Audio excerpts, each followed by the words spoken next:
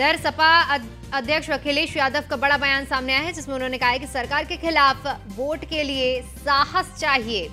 विधायकों ने दबाव में के साथ छोड़ा है। ये भी बात सपा मुखिया अखिलेश यादव की ओर से कही गई। उन्होंने कहा कि बीजेपी चुनाव जीतने के लिए कुछ भी कर सकती है। सपा अध्यक्ष अखिलेश यादव का ये बयान। तो बड़ी जानकारी आपके साथ साझा करें, जहां पर सपा अध्यक्ष अखिलेश यादव की ओर से बड़ा बयान सामने आया। उन्होंने कहा है कि सरकार के खिलाफ वोट करने के लिए साहस चाहिए। विधायकों ने दबाव के साथ छोड़ा है। ये बात अखिलेश यादव की ओर से कही गई है। उन्होंने कहा है कि बीजेपी चुनाव जीतने के लिए कुछ भी कर सकती है।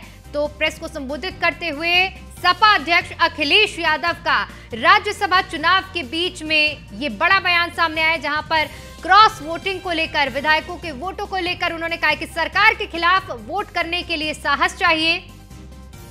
विधायकों ने दबाव के साथ छोड़ा है।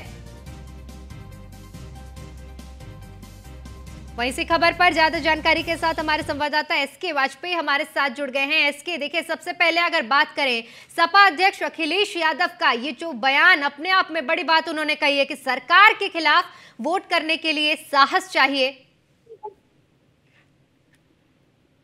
बिल्कुल, निश्चित तौर पर, क्योंकि अगर हम देखें तो समाजवादी पार्टी सुप्रीमो अखिलेश यादव की तरफ से, साथ ही साथ उनके चाचा शिवपाल यादव की तरफ से लगातार भारतीय जनता पार्टी पर आरोप लगाए जा रहे हैं। आरोपों की वजह है लगातार जो समाजवादी पार्टी के विधायक हैं वो सदन में जय श्री राम का नारा लगा रहे हैं।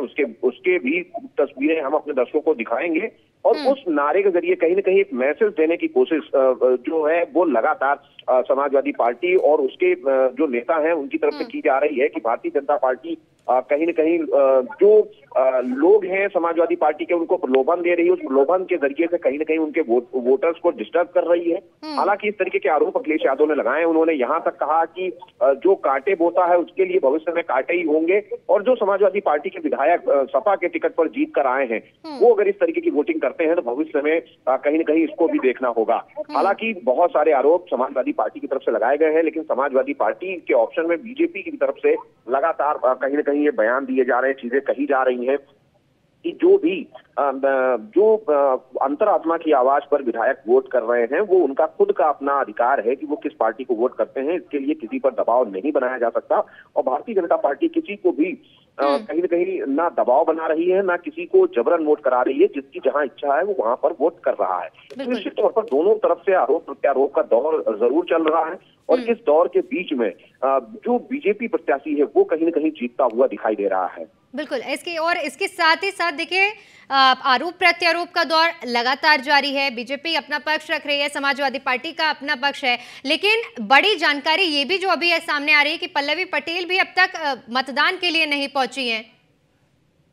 मतदान का जो समय है वो शाम 4 बजे तक कोई भी जो विधानसभा का सदस्य है वो वोट कर सकता है, और 4 बजे से पहले अगर पल्लवी पटेल यहाँ आती हैं तो वो वोट कर सकती है। तो निश्चित तौर पर लगातार जो विभिन्न दलों के विधायक हैं उनके वोट करने का सिलसिला जारी है, और इसके जरिए से वो कहीं न कहीं कोशिश कर रहे हैं कि जल्द से जल्द जो बीजेपी के सहयोगी दल के विधायक हैं, चाहे वो सुहेलदेव भारतीय समाज पार्टी के हों, चाहे वो राष्ट्रीय लोक दल के हों, या उसके अलावा जो निषाद पार्टी के हों, वो सभी अपना अपना वोट कर रहे हैं। तो लगातार उसको वोट कराने की जो प्रक्रिया है वो कहीं न कहीं चल रही है।